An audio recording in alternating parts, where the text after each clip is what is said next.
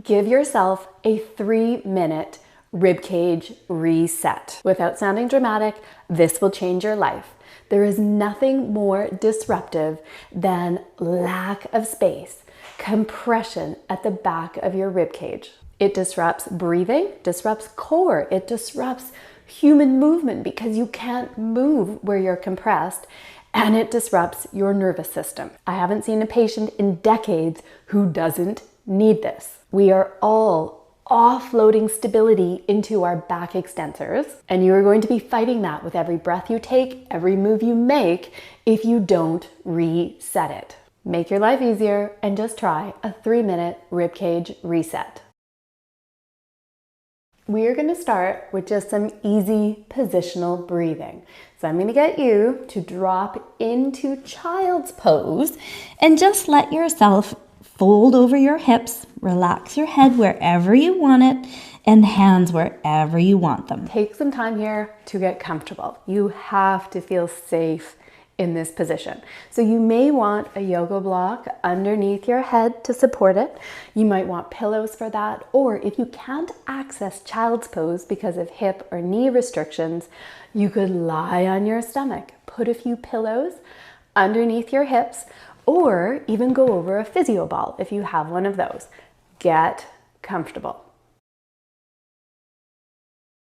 Okay, now that you have a position that you are going to be in, first thing we are going to think about is the breath in. And what I want you to do is fill your pelvis first. When you breathe in, you need to bring that air low, and all of us are going to struggle with this. I want it low, low, low. You should feel expansion through the back of the hips. You have to get that elongation. Remember, top of mind with this is connection of the pelvis and the rib cage. That is how our brain works. We need to find that connection. So when you breathe in, the respiratory diaphragm and the pelvic diaphragm descend. We need them to work together. So bring that air low. Number 2, the other detail is that your inhale must be nasal breathing, nasal respiration, not in through your mouth. When you breathe in through your mouth, that is this, pulling air in, not just with these muscles, but your back extensors as well. That is your sympathetic nervous system, and this is very much a nervous system technique. So the breath in has to be through the nose, which is more parasympathetic, and we'll use your diaphragm. Now with that nasal breath in, a couple of details. Your lips need to be closed, but your teeth need to be open, just slightly. And your tongue is going to rest behind your top teeth as if you were saying the word no. So just light pressure. A lot of us are struggling with mouth gape. I'm not sure if that is from wearing masks, but for about 1,000,000 reasons, you need to breathe in through your nose. The third detail that is important is that that breath in, that is through your nose, that is filling the pelvis first, should be the slowest breath that you can do. The slower, the better. The quieter, the better. I would love it if it took 30 seconds, 40 seconds. You may not start with that, but that's where we want to go. A slow breath in. So if you are set up in a position that tends to bias airflow into your back body, you are using nasal breathing really slowly to fill the pelvis, you should start to notice a few things.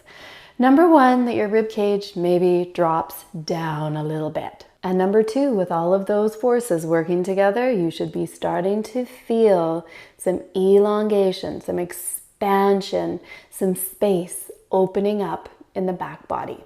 So again, you were thinking about the air going back here. So now take your 3 minutes. Now, if you want to step this up a little bit and help control the ribs in the front more so that you can get the airflow into the back, you could grab a prop. You could put a pillow across your thighs. You could target one side with a block or a ball. But whatever you're doing, you're trying to keep the ribs in the front closed and breathe into the back body. This can change your experience of your entire day. This can change how you move if you go for a run.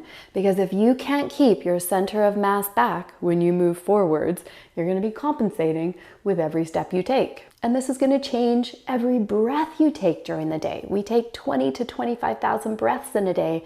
If you can't get back body expansion, you can't position your diaphragm, and you're going to be forced to get stuck in your sympathetic nervous system, which is not a comfortable place to be. Our goal is back body expansion, not compression. And that is a summation of a bunch of things that have to work well together. The biggest thing is that your ribcage, this, has to be connected to your pelvis. So top of mind with this is connection. Ribcage to pelvis, respiratory diaphragm to pelvic diaphragm, connection. If you sit, if you are under stress, or you're an athlete, it is going to disrupt that connection. Make your life easier and just try a 3-minute ribcage reset.